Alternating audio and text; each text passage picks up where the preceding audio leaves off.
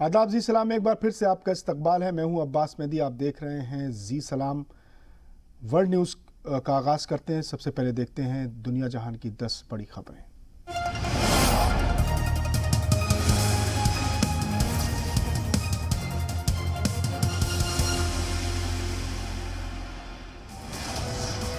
Biden ने Vladimir Putin को करार दिया कातिल, तो बिगड़ गए अमेरिका रूस के रिश्ते।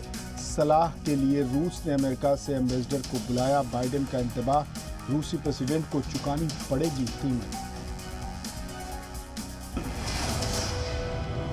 स्पेन में कोस्ट गार्ड रेस्क्यू टीम ने एक कश्ती से अफ्रीका से आ रहे 52 माइग्रेंट्स का किया रेस्क्यू। इनमें से नन्ही बच्ची समेत 10 बीमार लोग अस्पताल में दाखिल।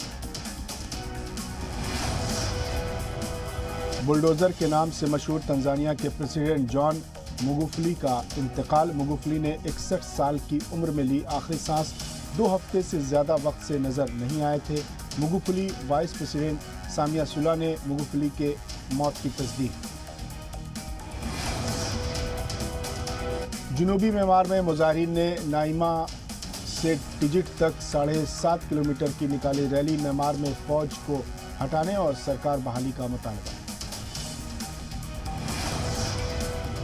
इजराइल में आम इंतखाबात के एक हफ्ते पहले ही फौज के जवानों ने अर्ली वोटिंग के तहत किया हक राहदही का इस्तेमाल। 2 साल में चौथी बार हो रहा है आम इंतखाब।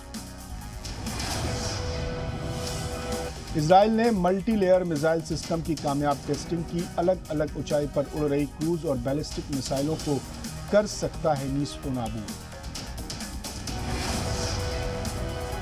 टर्की यूनिवर्सिटी के 7 स्टूडेंट के खिलाफ शुरू हुआ ट्रायल। सभी तलबा पर प्रेसिडेंट के खिलाफ मुजाहरे के दौरान LGBT परचम लहराने के खिलाफ दर्ज है केस। हिंदुस्तान की माइक्रो ब्लॉगिंग प्लेटफॉर्म कू का चाइनीज कनेक्शन हुआ खत्म। पेरेंट कंपनी बॉम्बिनेट टेक्नोलॉजीज से बाहर हुई शिनवेई कैपिटल। जर्मनी के न्यूरमबर्ग में पुलिस ने जानवरों की तस्करी करने वाले गिरोह से 101 नन्हे डॉगीज को बचाया। बेल्जियम ले जाकर जानवरों की दुकान पर बेचने की तैयारी।